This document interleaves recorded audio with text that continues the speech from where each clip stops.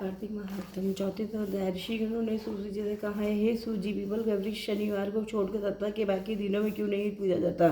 सूजी ने कहा, समुद्र मंथन करने से जो रत्न देवताओं को मिले थे उनमें से देवताओं ने लक्ष्मी और कौस्तुभमणि भगवान विष्णु को दे दी थी। विष्णु भगवान जब लक्ष्मी जी से विवाह करने के लिए तैयार हुए तो लक्ष्मी ने कहा, प्रभु, जब तक मेरी बड़ी बहन का विवाह नहीं हो जाता है आप मुझ छोटी बहन से विवाह नहीं कैसे कर सकते हैं?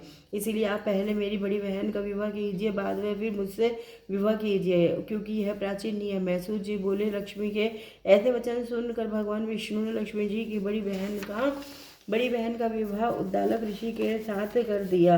वह लक्ष्मी बड़ी कुरूप थी, बड़ा मुख, चमकते हुए दांत, हृदय के समान शरीर, बड़े बड़े लाल लाल नेत्र और सूखे बाल। महर्षि उद्दालक भगवान विष्णु के आग्रह पर उससे विवाह कर उसको वेद मंत्रों की ध्वनि से गुंजाते हुए अपने आश्रम में ले आए। वे ध्वनि से गुंजते हुए हवन के पवित्र धुएं से सुगंधित मनोहर ऋषि आश्रम को देखकर बहुत दुखी हुई। उसने महर्षि उद्दालक से कहा, इस आश्रम में वे ध्वनि हो रही है, अतः यह स्थल मेरे रहने के योग्य नहीं है, अतएव तुम मुझे किसी दूसरी जगह ले चलो। उसकी बात सुनकर महर्षि उद्दालक ने कहा, तुम यहाँ पर क्यों नहीं रह सकती और तुम्हारे रहने के योग्य दूसरी जगह कौन सी है, यह मुझे बतलाओ। लक्ष्मी जी ने कहा, जहाँ पर वेद ध्वनि होती हो, अतिथियों का सत्कार होता हो, यज्ञ आदि होते हो, उस स्थान पर मैं नहीं रह सकती। जहाँ पर पति पत्नी का आपस में प्यार हो, पितरों के निमित्त यज्ञ होते हो, देवताओं का पूजन होता हो, वहाँ मैं नहीं रह सकती।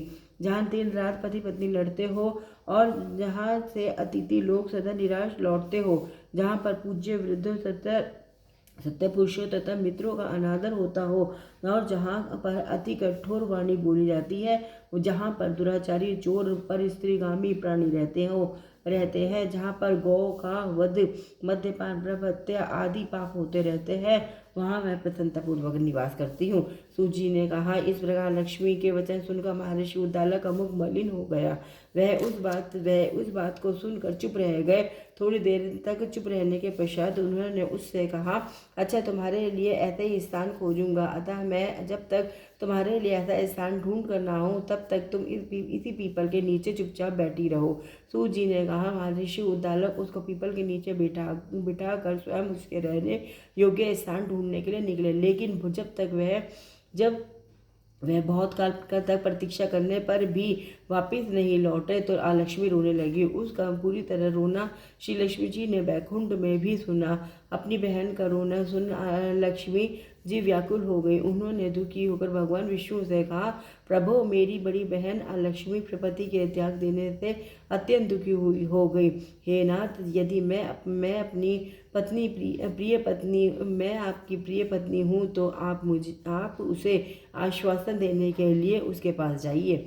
लक्ष्मी जी की प्रार्थना सुनकर कृपा सिंधु भगवान लक्ष्मी जी को साथ लेकर उस पीपल के पास गए जिसके नीचे लक्ष्मी बैठी रो रही थी। उसको आश्वासन देते हुए भगवान विष्णु ने कहा, हे लक्ष्मी, इसी पीपल की जड़ में तुम सदैव के लिए निवास करोगी, क्योंकि मेरे ही अंश से इसकी उत्पत्ति हुई है और इसमें मेरा निवास रहता है। प्रतिवर्ष गृहस्थी लोग तुम्हारा पूजन करेंगे और उन्हीं के घर में तुम्हारी छोटी बहन लक्ष्मी निवास करेगी। स्त्रियों को विविध प्रकार के उपहारों से तुम्हारी पूजा करनी चाहिए। मनुष्यों को चाहिए कि वह पुष्प, धूप, गंध आदि से तुम्हारी पूजा करें, तभी लक्ष्मी उन पर प्रसन्न होगी। सूजी ने कहा, भगवान श्री कृष्ण, सत्यभामा और पृथु और नारद का संवाद तुम लोगों को मैंने सुना दिया है, जिसके सुनने मात्र से ही मनुष्य के सब पाप नष्ट हो जाते हैं और उसे बैकुंठ लोक की प्राप्ति होती है। तुम लोगों को जो कुछ पूछ सकते हो उसे भी मैं विस्तार पूर्वक कहूँगा। सूजी की बात सुनकर शौनक आदि ऋषि महर्षि थोड़ी देर तक प्रसन्नचित्त वहाँ बैठे रहे। पश्चात श्रीपति नारायण जी के दर्शन करने के लिए चले गए। जो प्राणी इस कथा को सुनता है और दूसरों को सुनाता है, वह इस संसार में संपूर्ण सुख प्राप्त करता है। हरे कृष्ण कृष्ण कृष्ण हरे हरे, हरे राम राम राम हरे हरे, हरे कृष्ण कृष्ण कृष्ण हरे राम राम राम हरे हरे। हर हर महादेव, हर हर महादेव, हर हर महादेव, हर हर महादेव।